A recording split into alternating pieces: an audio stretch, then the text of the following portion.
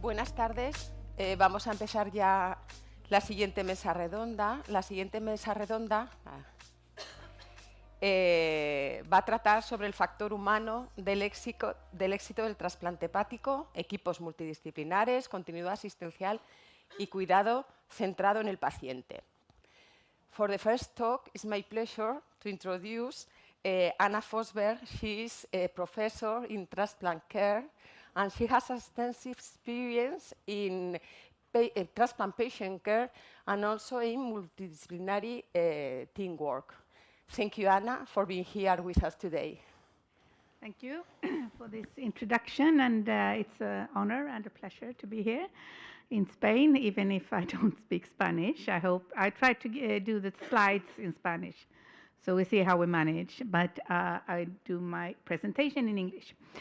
And as mentioned, I'm from Sweden. I've been a nurse for 34 years, and 32 of those years I've been in transplantation. And I've been taking care of all kinds of organ recipients. I started in the abdominal program, and I was specialized in liver transplantation, and now I work in the south of Sweden, where we do heart and lung. So it's a privilege for me to, know all the different aspects of organ transplantation. And today I will talk about the team and the art and science of transplant care is about promoting health and also to enable acceptance and adaptation. And we had a lovely session in the hall just an hour ago where the transplant recipients talk about their challenges and their motivation for adaptation. And this transition is enabled by relieving uncertainty and to strengthen self-efficacy.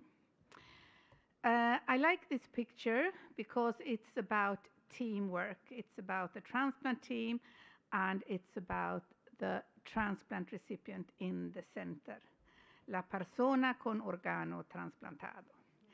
And he or she should be in the center of the team, which contains a lot of different professionals. I will stay a little bit at this slide. We call it the self-management wheel. Sometimes I call it the self-management cake. And this sort of emphasizes what we expect from the transplant recipient.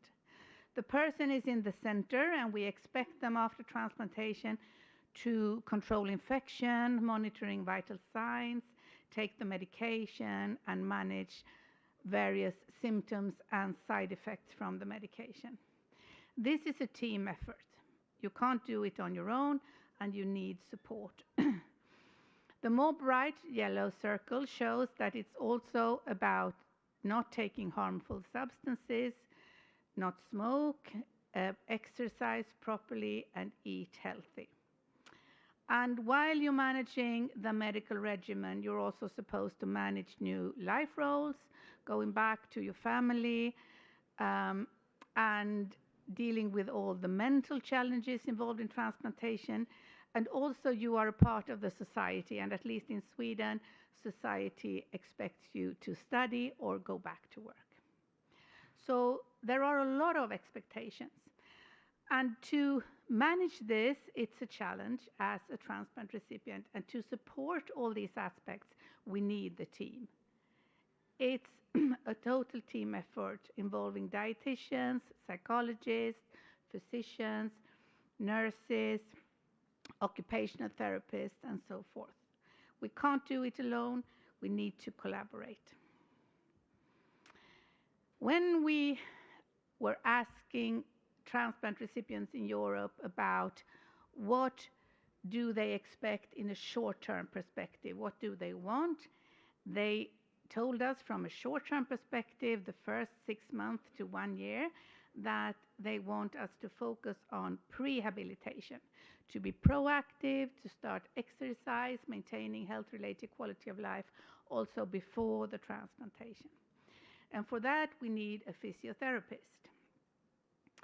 And also, we need to recognize that transplantation is not merely a physical journey, but a mental journey. And for that, we need a psychologist, psicólogo, yeah. And the enfermera, he or she can help you also with all the rehabilitation aspects. And the whole team needs to sort of adopt a risk-benefit analysis approach. We can't only give advice about you're not allowed to do this, you're not allowed to do that. We also need to help the person to adjust and to balance the risk with the benefits, because otherwise they probably will get scared or isolated. And also we need to involve the family. And what about the long-term perspective, many, many years after transplantation? Well, the expectations are mainly the same. We are asked to provide a roadmap for the future. We often know the outcome, or at least the expected outcome, but we have to be pilots, piloting and guiding the person throughout this transplant journey. The whole team is involved in that guidance. We educate a lot. We need to educate about the important aspects of adaptation, and I think the nurse is best equipped for that. He or she is the frontline professional giving a lot of education, not at one time in this trajectory, but over and over and over again to support the learning process. The psychologist again needs to support the fact that also in the long-term perspective there is a mental challenge involved in transplantation. And the trabajador social can also help with getting back to society, to work, and to be maybe a part of a patient organization. As I talked about in the plenary session before this session, that the patients with chronic conditions strive for a social belonging. This is also a huge challenge after transplantation. We lose many grafts, or we have to deal with graft rejections due to non-adherence.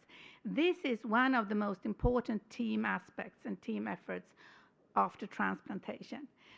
Non-adherence can be defined as a side effect of the confrontation or collision between the clinical medical world and other competing worlds of work, play, friendships, and family. I really like this definition because it sort of shows that you are a person with a life and not merely a person who are taking medication. But this really demands a team approach. This is a slide from a researcher in London, Rob Horn, who is a professor in medical epidemiology, and he's talking about the necessity beliefs model. That medication is very much about necessity beliefs. The balance between is this medication important and necessary to me, and the concerns that I have over time.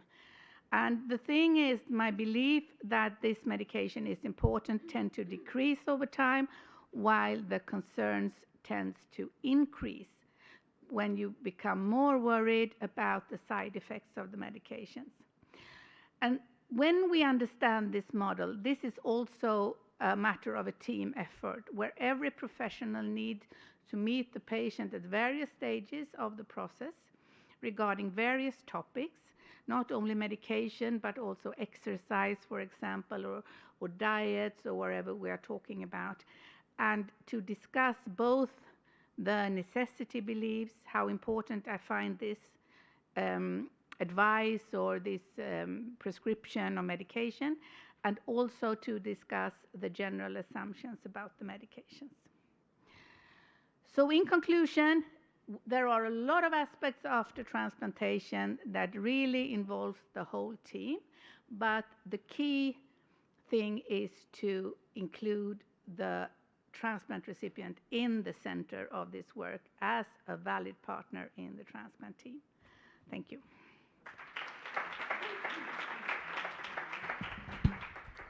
Thank you very much. Anna? Anna? Yeah. Sit here, please. Thank you. The discussion after, okay? Bueno, ahora ya en español. La segunda ponencia la va a hacer la compañera, la enfermera Paloma Martínez Campos. Ella es enfermera del equipo de pediatría del Hospital de La Paz. Ay, no me quite el título. Y va a hablar del factor de adherencia, educación, autonomía, determinantes invisibles del éxito del trasplante. Cuando quiera, gracias. Pues buenas tardes a todos. Muchísimas gracias por la presentación y gracias por la invitación de este Congreso de la Sociedad Española de Trasplante. La verdad que es un placer estar aquí con vosotros. Y bueno, yo soy Paloma Martínez Campos, soy enfermera especialista en pediatría, actualmente trabajando en el Hospital Universitario La Paz, concretamente en el programa de transición de trasplante. Y bueno, pues hoy me toca hablaros de la adherencia, educación y autonomía, que muchas veces son determinantes, de los determinantes más importantes del éxito del trasplante y también los menos visibles. A día de hoy, la no adherencia al tratamiento inmunosupresor sigue siendo la principal causa de rechazo, pérdida de injerto y muerte. La adolescencia es especialmente el periodo más vulnerable y estudios pues, nos dan cifras muy variables entre el 17 y 76% de no adherencia en adolescentes trasplantados de órgano sólido. Tras la transición a adultos se ha descrito hasta una mortalidad de un 28%, en parte relacionada con un rechazo por esta no adherencia, y este riesgo de no adherencia aumenta con la edad, sobre todo después de la transferencia a los servicios de adultos, con esa búsqueda de autonomía y una menor supervisión familiar o médica. Los factores que más influyen en esta no adherencia, que justo coinciden con este periodo de adolescencia y la transición, pues son varios, como por ejemplo pues respecto al joven o adolescente, esa negación y minimización de la enfermedad y baja percepción del riesgo. Ellos se encuentran bien, no se toman la medicación y muchas veces no son conscientes de este riesgo, están cansados del tratamiento crónico, son muchas medicaciones, cada 4 meses tienen que venir al hospital, se tienen que someter a analíticas, a revisión, ¿no? Dificultad para integrar la enfermedad en su identidad, no quieren sentirse diferentes a sus iguales, están en búsqueda de la autonomía y además pues se enfrentan a dificultades emocionales, ¿no? Como pueden ser la ansiedad, la desmotivación, ¿no? Propias de la adolescencia. Respecto a la familia, pues también es muy importante, tenemos dos vertientes, ¿no?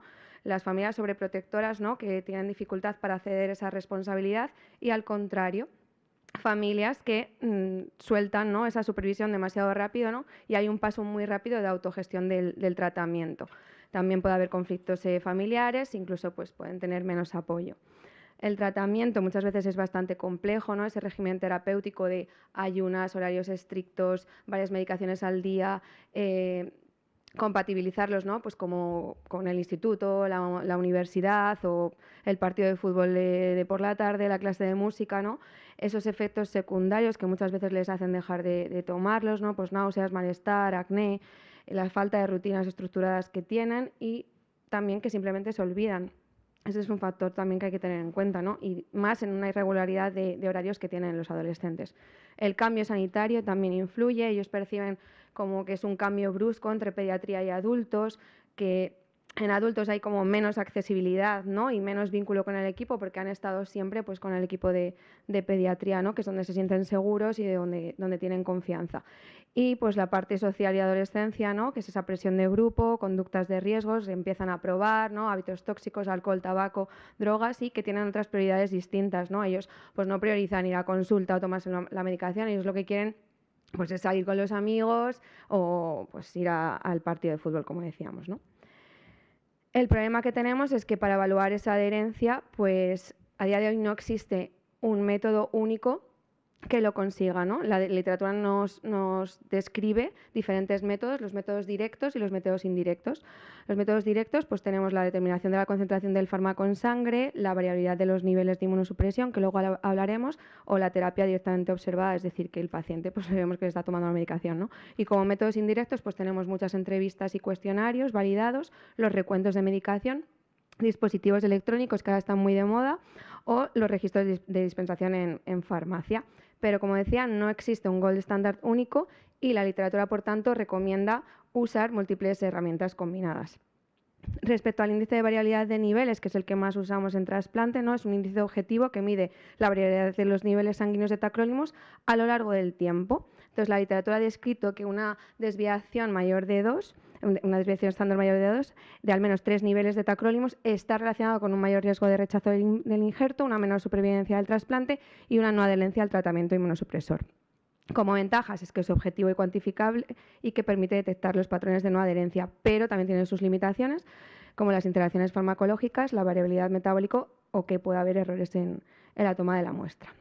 Respecto a los métodos indirectos, nos encontramos muchos cuestionarios de adherencia terapéutica, ¿no? La literatura describe más de 15 cuestionarios a día de hoy validados y bueno, pues el que más utilizamos, por ejemplo, en el programa de transición es el cuestionario SMAC, porque es bastante sensible para detectar la no adherencia y funciona muy bien con los adolescentes porque tiene un formato breve y fácil de aplicar, son 6 ítems, además está validado en poblaciones crónicas como el trasplante renal y permite identificar patrones de cumplimiento muy relacionados con la adolescencia, como intencional, por olvido o efectos secundarios. Decimos que un SMAC es positivo si el paciente es no adherente. Perdón. A nivel mundial, ¿qué es lo que han hecho? ¿Qué es lo que han estudiado con la adherencia? Pues lo que han hecho otros centros respecto a la adherencia en el trasplante es combinar ambas herramientas, ¿no? Los métodos directos y los métodos indirectos. Pero todos los estudios concluyen pues, que para evaluarlo necesitan varios métodos, ¿no? Pero sí que han visto que la peor adherencia se relaciona con un mayor rechazo. Nosotros en La Paz, en el año 2024, hicimos un pequeño estudio observacional retrospectivo con adolescentes con trasplante hepático entre los 12 y 18 años, que el objetivo era evaluar la adherencia con diferentes métodos, la variabilidad de los niveles, el cuestionario SMAC y además después, en una segunda fase, lo relacionamos con los parámetros de disfunción hepática, descartando patología biliar, infecciosa o causas médicas o quirúrgicas. Obtuvimos una muestra de 109 pacientes, que lo excluimos 13 pues porque estaban con otra inmunosupresión o sin inmunosupresión o con un seguimiento insuficiente, es decir, menos de 3 muestras a lo largo del tiempo y uno en condición crítica, y finalmente obtuvimos una muestra de 96. Cuando comparamos las dos herramientas, obtuvimos un 91% de concordancia entre ambas, pero sí que es verdad que había un porcentaje en el que pues el cuestionario detectaba no adherencia cuando los niveles sí y viceversa. Había como falsos positivos y falsos negativos. Pero lo importante fue cuando en la segunda fase comparamos las dos herramientas, ¿no? Con los parámetros de disfunción hepática y pues pudimos ver que en 68 de los casos de 96 pacientes que teníamos, pues sí que los detectábamos con una herramienta u otra. Incluso en 7 de los pacientes, que es el perfil de abajo, el perfil número 5, pues con el cuestionario identificábamos la no adherencia antes de haber una variabilidad de niveles. El problema fue en el perfil número 4, cuando no detectamos la no adherencia con ninguna de las dos herramientas, en cambio sí que había disfunción hepática. Entonces esto nos hace pensar o que no lo estamos detectando bien o que hay algo más en la disfunción hepática que no estamos viendo. ¿Qué podemos hacer a día de hoy con la adherencia? Pues hay diversas estrategias que nos dice la literatura. Principalmente la primera es la creación de los programas de transición. Se ha descrito que mejoran la adherencia, la autonomía y la preparación de los pacientes. Y en concreto en el Hospital La Paz tenemos nuestro programa de transición desde hace 4 años. Empezamos como en edades tempranas, a partir de los 12 años. Y hasta los 18 años mínimo, en este proceso de transición, lo que hacemos es verles cada 4 meses cuando vienen a consultas médicas. También pasan con nosotras, con las enfermeras. Tenemos un programa educativo que ahora os explicaré.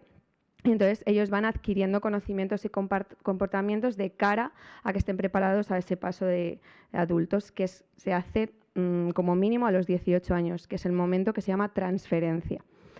Digo mínimo porque puede posponerse incluso hasta los 23, 25, como aparece en la imagen, ¿no? Porque hay no solo el criterio de la edad, como se ha hablado antes, sino que tenemos que ver que el paciente esté preparado y que también demuestre esa autonomía, ¿no? Este es nuestro programa educativo, que lo hemos llamado 18 a tus 18. Son 18 sesiones que están divididas en 3 módulos. Y bueno, los temas principales, por así resumíroslo, son conocimiento sobre la enfermedad, medicación, manejo y adherencia, cuidado de la salud, hábitos tóxicos, salud mental y educación afectivo-sexual. Lo potente de nuestro programa es que no solo damos información, sino que, aparte de dar información, lo que hacemos es implicar a los adolescentes, a los jóvenes, hacer dinámicas con ellos en las que reflexionen, participen y lleguen a tomar esas decisiones para que estén preparados, ¿no?, cuando pasen a los servicios de adultos. Es la manera de implicarles y de que lo consigan, ¿no? Cuarta estrategia es el vínculo terapéutico, muy importante, que yo creo que se ha hablado también, es crear esa relación de confianza basada en el respeto, la cercanía y la honestidad, ¿no? Realizamos mucha escucha activa, le escuchamos para comprender, sin juzgar sus miedos, si se han olvidado la medicación, validando las medicaciones, las emociones y preocupaciones y trabajando sobre sus fortalezas, es decir, sobre las cosas que se les da bien y las cosas que realmente quieren hacer. Y mucha continuidad, ¿no? Acompañarles constantemente a lo largo de todas las etapas de transición, que esto lo que hace es que mejora el compromiso, ¿no? Entonces decimos que el adolescente está en el centro y nosotras les acompañamos en su camino hacia esa autonomía. El acompañamiento familiar gradual también es muy importante. Al principio del programa sí que entran a las consultas con ellos, pero sí que es verdad que poco a poco van pasando solos y nosotros pues enseñamos a la familia, ¿no?, a pasar esas responsabilidades poco a poco y que siga habiendo una supervisión ligera, pero sí que tiene que estar presente, que hay que hacer equipo con el adolescente y prepararles para esa autonomía y la vida adulta. Y el apoyo psicológico, que también creo que se ha hablado, es muy importante, ¿no? Ese bienestar emocional. Hacemos esas intervenciones breves centradas en hábitos, que tengan un espacio seguro para hablar y les enseñamos estrategias de afrontamiento, ¿no? Muchas veces nos coordinamos con los compañeros de salud mental si es necesario, pero trabajamos mucho la autoestima, motivación y responsabilidad porque realmente creemos que la adherencia también depende de cómo se sienten. La última estrategia, yo que estoy súper orgullosa de esto, es el apoyo entre iguales. Nosotras hacemos 2 jornadas de transición anuales en las que hacemos talleres, dinámicas con los más pequeños que están en proceso de transición y desde ya el año pasado se creó el panel joven, edición limitada, que han hablado en la sesión plenaria de pacientes. Es un grupo de jóvenes de 18 a 30 que ya están en adultos, ¿no? Es un espacio para dar voz a ellos, ¿no?, en el hospital, donde expresan sus necesidades, se promueve el aprendizaje entre iguales, están divididos en 4 grupos de trabajo, se fomenta el autocuidado, la toma de decisiones y el bienestar emocional, usan redes sociales para conectar y compartir, normaliza experiencias y reduce el aislamiento y sobre todo que ver que otros lo consiguen aumenta la adherencia. Y nada más, como conclusiones, la adherencia en adolescentes es dinámica y multifactorial, que no existe un método único ideal para evaluar la adherencia, que la combinación de herramientas mejora la detección y que el proceso de transición debe trabajarse de forma progresiva, multidisciplinar y centrado en la persona. Que la autonomía no aparece a los 18 años, que se construye y se entrena y que educar, acompañar y escuchar es también prevenir rechazo y pérdida de injerto. Muchas gracias.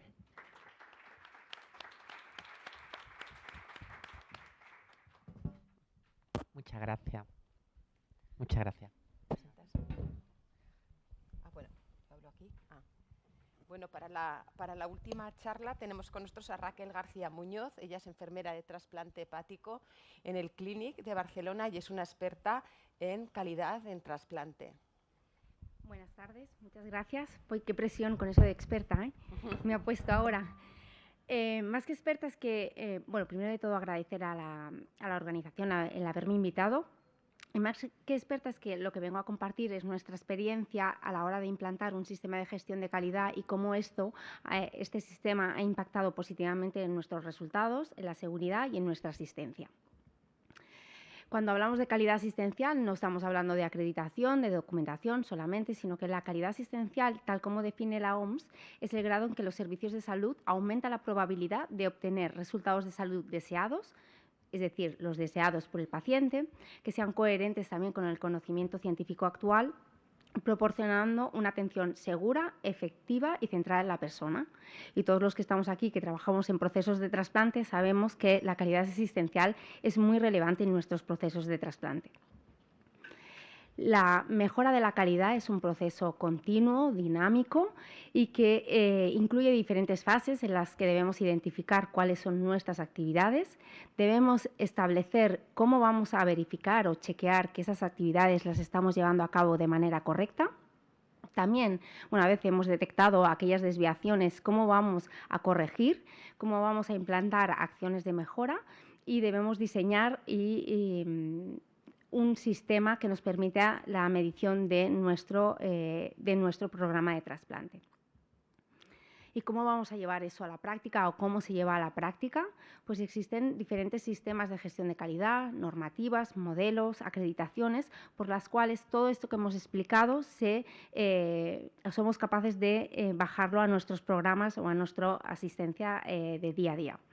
Existen algunas normativas, acreditaciones que son específicas del mundo sanitario, como la Joint Commission o JACI del programa de trasplante de células hematopoyéticas, y luego existe un modelo como es FQM y una norma, la ISO 9001, que son normas generales y que nosotros las adaptamos a nuestros modelos asistenciales, en este caso a nuestros procesos de trasplante. ¿Y por qué hacemos esto? Y no somos el único grupo que lo ha hecho, sino que me consta que muchos otros programas de trasplante han decidido apostar por la mejora de su asistencia a través de los sistemas de gestión de calidad, y eso es lo que nosotros decidimos en el 2011, o sea que el sistema de gestión de calidad ya llevamos muchos años, en aquel momento capitaneado por el doctor Navasa, que decidió que la implantación de un sistema de gestión de calidad en el programa de trasplante nos iba a aportar beneficios en nuestra práctica. Nos certificamos en el 2011 y seguimos certificados, y en el 2017 también nos certificamos con esta norma UNE, que es específica de las unidades de trasplante hepático. La base es la misma que la 9001, pero nos especifica aspectos concretos de los programas de trasplante hepático. Es una norma que tiene un enfoque centrado en la persona, que conlleva un liderazgo, que estemos alineados con la dirección, un compromiso por las personas, o sea que necesitamos la participación de todo el equipo multidisciplinar en este sistema de gestión de calidad. Es un enfoque basado en los procesos, que lucha y que trabaja por la mejora continua basada en la evidencia. ¿Y cómo hemos hecho nosotros, lo que hemos dicho antes del ciclo de mejora continua en nuestro programa de trasplante? Pues en una primera fase lo que tuvimos que hacer es definir qué hacemos, por qué lo hacemos y cómo lo hacemos. Nosotros con el sistema de gestión de calidad no hemos cambiado nuestra manera del trasplante, de cómo atendemos a nuestros pacientes, sino que lo que hemos establecido es mecanismos para saber si estamos haciendo lo que queremos hacer. En primer lugar, definimos cuáles son nuestras actividades y, por lo tanto, diseñamos un mapa de procesos donde ven en color rosa todo el camino que hace un paciente cuando entra en nuestro programa de trasplante: la primera visita, la búsqueda del donante, la intervención, la estancia en la UCI y en la sala, y luego el seguimiento en consultas externas. Debajo tenemos todos los servicios que nos dan apoyo y que es imprescindible para poder llevar a cabo esta actividad del trasplante, y arriba la planificación estratégica, que son aspectos que son imprescindibles para poder mejorar en nuestra asistencia diaria. Después creamos mucha documentación. Teníamos protocolos médicos, lo que hemos hecho es actualizarlos, pero también hemos creado procedimientos normalizados de trabajo, que son más instrucciones para saber cómo tenemos que llevar a cabo nuestra práctica diaria, tanto de personal administrativo, de enfermeras, de médicos, y en la actualidad los protocolos que estamos creando son más mixtos, o sea, médicos o interdisciplinares, donde tienen cabida todos los diferentes actores que atienden al paciente. Uy, se ha parado. Ahora, perdón. ¿Qué nos ha permitido toda esta documentación y esta fase? Nos ha permitido sistematizar la asistencia, homogeneizar nuestra práctica diaria, mejorando así la seguridad que ofrecemos en todo el proceso a nuestros pacientes, y también desarrollar el trabajo interdisciplinar. En segundo lugar, necesitábamos definir cómo vamos a verificar, cómo vamos a chequear que esta práctica la estamos haciendo correctamente, y teníamos que definir indicadores, unos indicadores relacionados con el proceso que nos dicen si el proceso lo estamos realizando de manera correcta, y otros indicadores más de resultados, que son los resultados que esperamos después de nuestra asistencia. Aquí les he puesto un cuadro de algunos de los indicadores que habíamos utilizado o estamos utilizando. En el primer cuadro tenemos más indicadores de proceso, que son los que utilizamos sobre todo al principio cuando hicimos esta implementación para verificar si estábamos haciendo correctamente lo que habíamos escrito que hacíamos, cumplimientos de checklist, qué tiempo de evaluación teníamos, si tenían la visita preanestésica. En el segundo cuadro tienen indicadores que estamos utilizando en la actualidad y que están más ligados a objetivos que nos hemos marcado hoy a la clínica diaria, control de la tensión arterial al año, complicaciones biliares, infección por CMV. Y por último tienen los indicadores más de resultados, que son indicadores que ya recomienda la Sociedad Española de Trasplante Hepático en su documento de consenso de que todos los programas de trasplante hepático deberían monitorizar y que están incluidos dentro de la norma UNE, que es la específica del trasplante hepático, como son las infecciones, la mortalidad, la supervivencia. Aquí les muestro cómo es una parte de nuestro cuadro de indicadores, un cuadro que revisamos cuatrimestralmente, donde están definidos los indicadores, cómo los calculamos, de dónde sacamos la información, quién es el responsable, el gold estándar o el resultado esperado. Y si algún resultado se sale de la normalidad, habrá que analizarlo.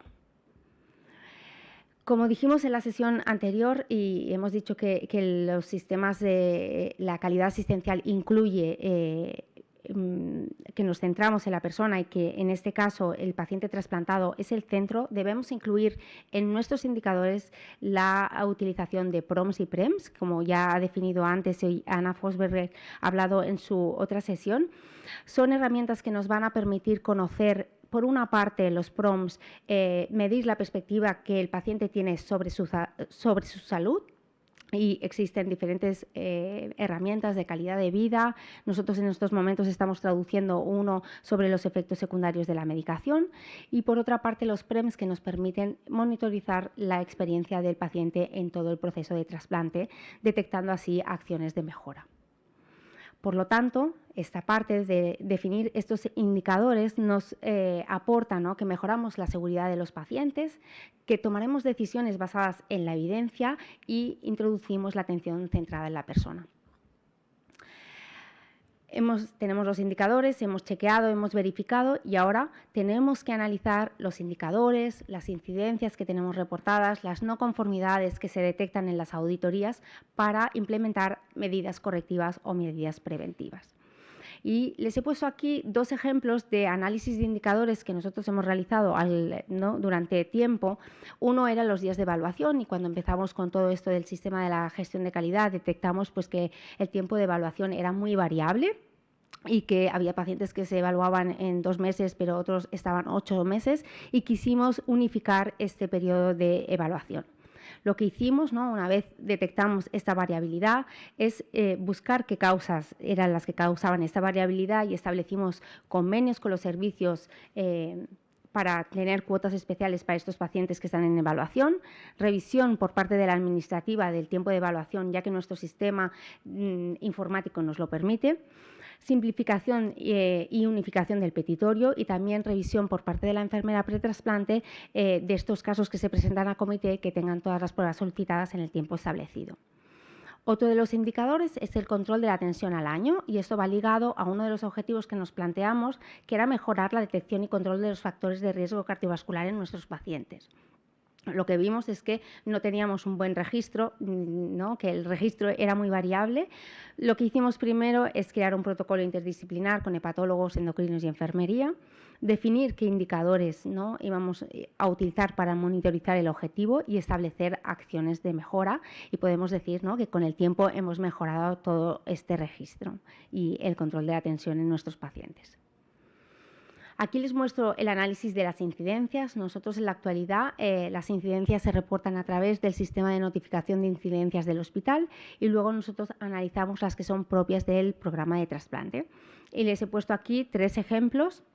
Uno es la no prescripción de la profilaxis del virus B en paciente que recibe un injerto core positivo. Esto lo detectamos porque al paciente le subieron las transaminasas al cabo del tiempo.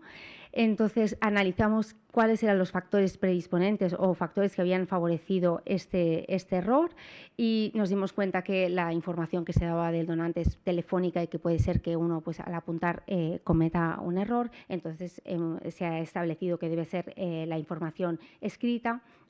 Y hemos establecido un checklist al alta donde el médico que da el alta al paciente debe revisar si lleva todas las profilaxis.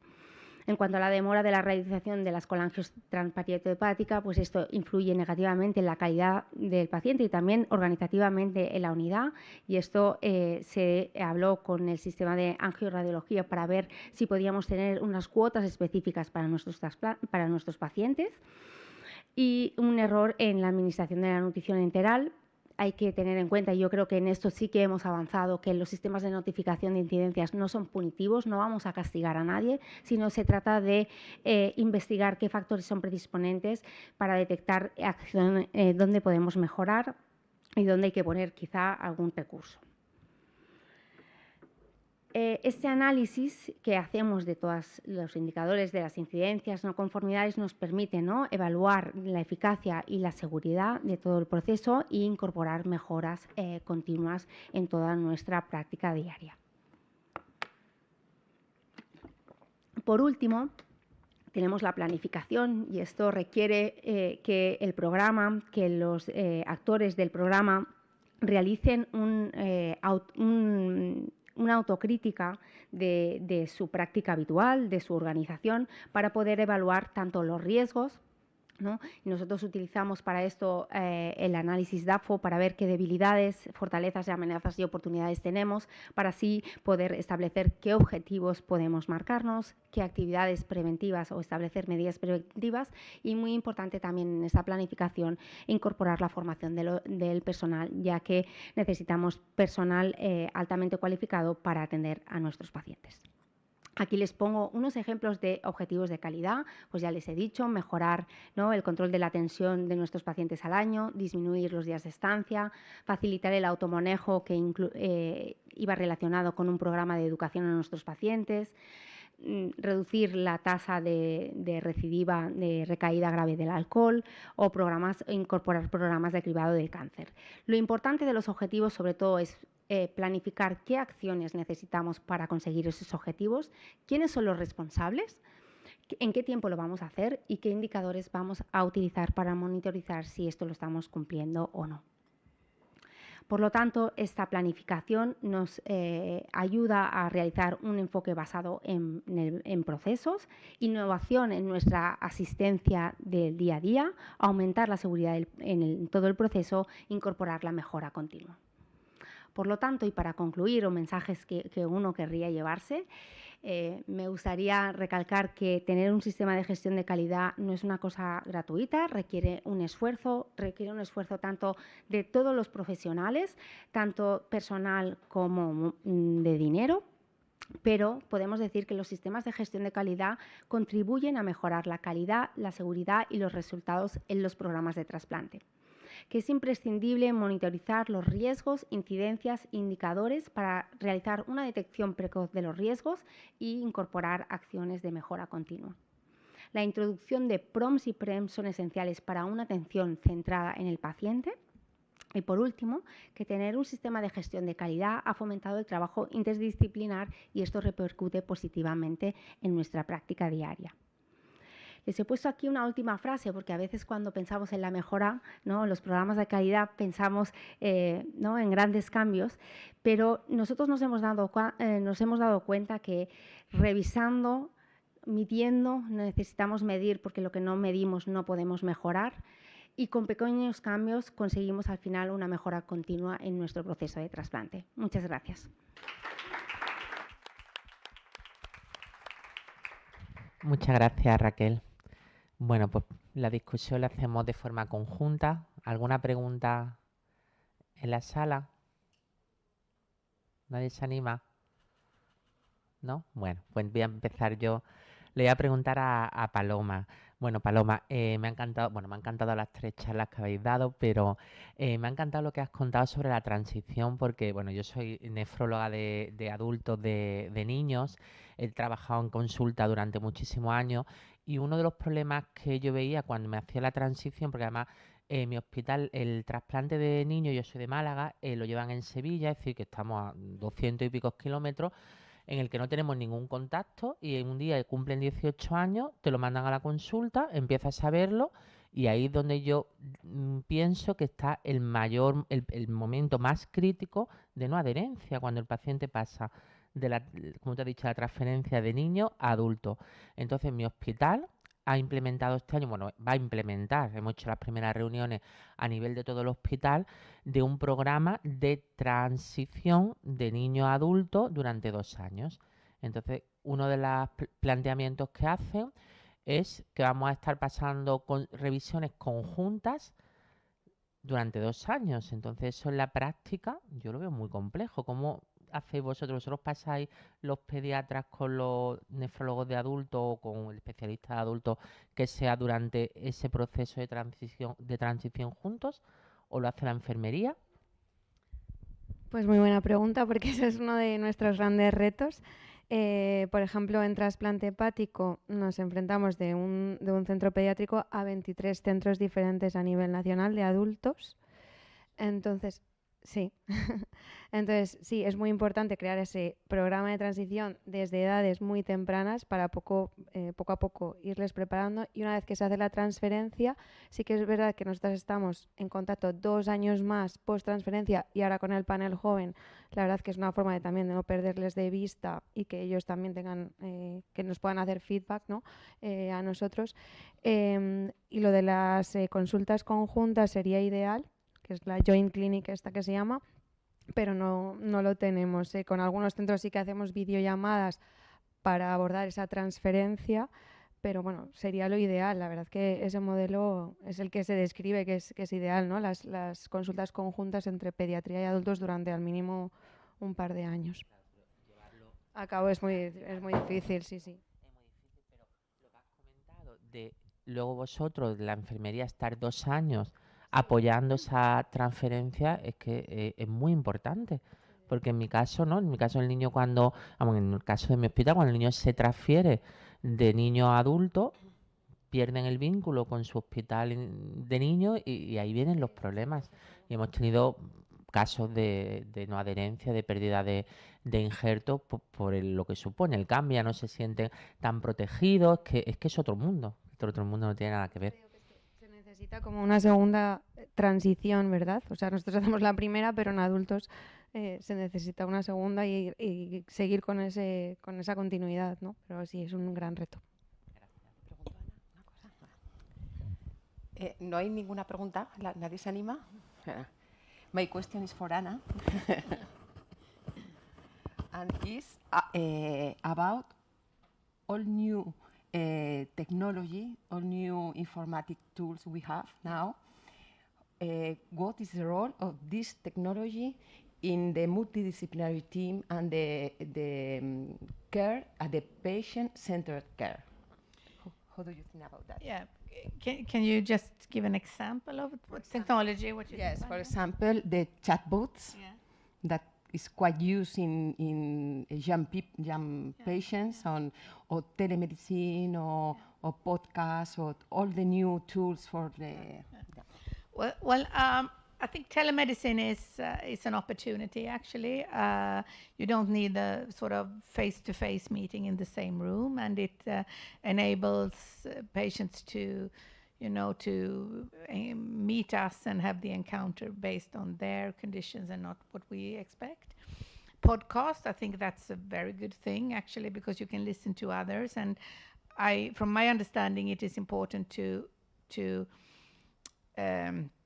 have a community with other transplant recipients, people peers that have been through the same experience. And when you listen to podcasts, it's an opportunity, to feel engaged in that. And I think also podcast is good for us as professionals, because we learn a lot about what it means to be a patient. And I often say that I know a lot about what it's like to be a transplant recipient without being a transplant recipient.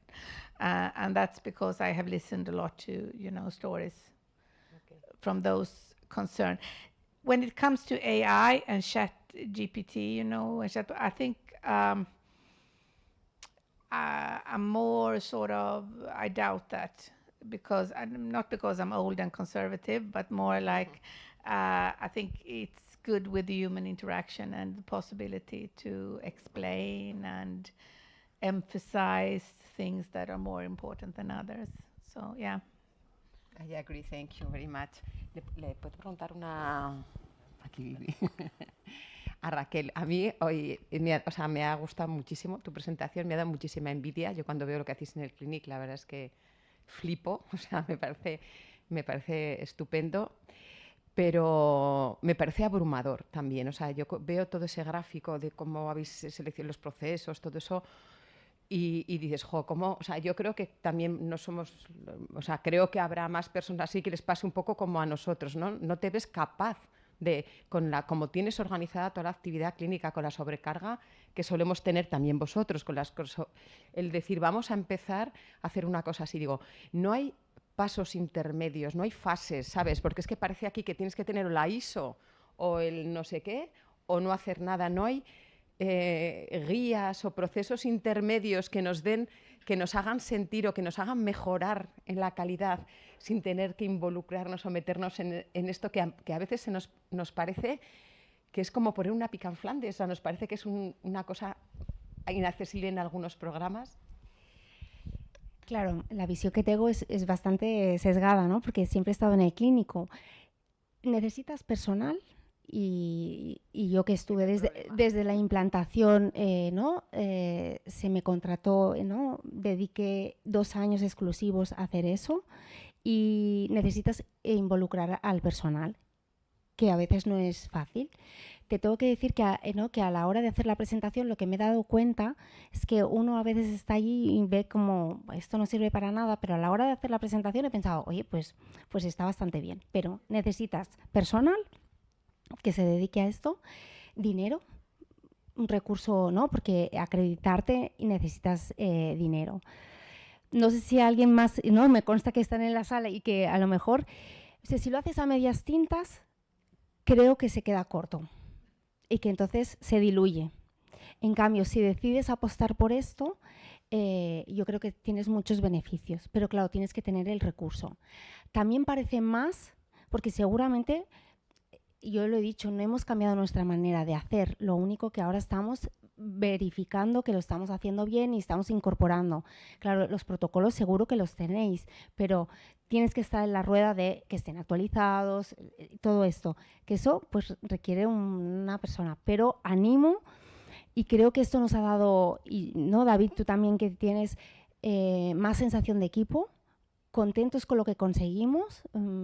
Cuesta involucrar a la gente, pero creo que después, una vez estamos todos dentro, todos queremos pues la certificación, queremos que los indicadores salgan bien, y es una manera de trabajar más unidos. No sé si estáis de acuerdo los que tenéis aquí el programa.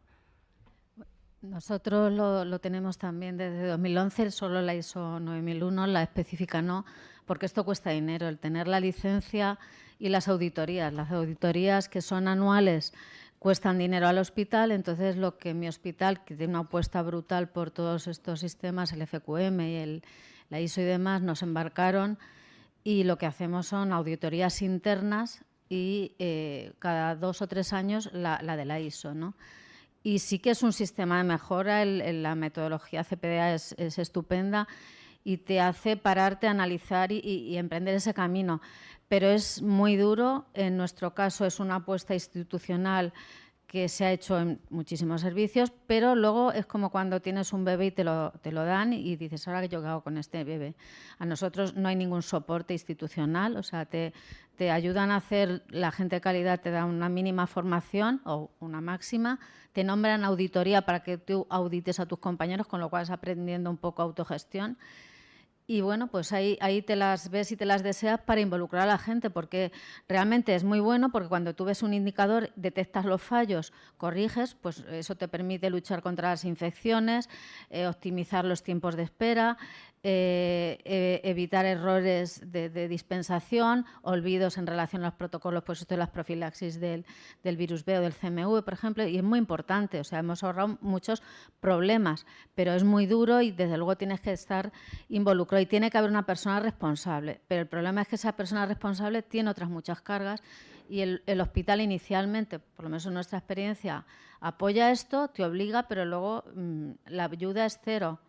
Y todo el mundo tiene que hacer unos indicadores. Nosotros lo que hemos hecho es, pues a nivel de anestesia, cirugía, hepatología, cada uno es responsable de 2 indicadores. Entonces, cada 3 meses lo hacemos un registro, hacemos comités de calidad, pues intentamos una vez al mes, pero registro de todo, registro de formación, pero es complicado, es duro, ¿eh? El camino es duro, Trini, yo te animo, tú sabes que nosotros ahí lo tenemos, pero o sea, cuando tienes que estar detrás de la gente, dame tus indicadores, oye, cuánto rechazo ha habido, cuánta sobredosificación, pues, ay, qué pesada, ¿no? Entonces, al final dices... Y lo que has dicho es que nosotros tenemos una enfermera que dedica 2 días, o sea, que son como 16 horas o 14 horas a la semana a todo este aspecto. Es que, o sea, nosotros cero pelotero. Sí.